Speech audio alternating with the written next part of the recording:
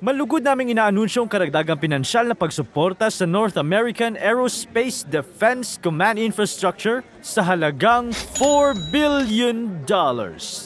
Wow, magandang balita yan. Sa wakas, magkaka-upgrade na din ang radar warning ng NORAD. Oh yeah! Sa dami ba naman na hypersonic missiles na ginagawa ng lahat, noon pa sana niya ginawa.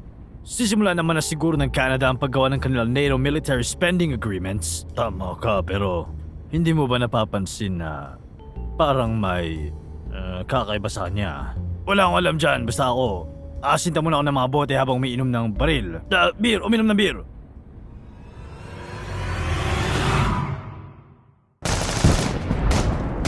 Okay guys, nag-gets nyo ba yung plano? Sa madaling salita, matira-matibay lang ito. Gawin nyo lang ang dapat nyong gawin at tutumba din siya. Oh, andyan na siya! Nakapatay tayo niyan! Kaya yung radar upgrade na yan! Nakikita na ng ito lahat ng mga bagay! Wala akong pinagsisisihan!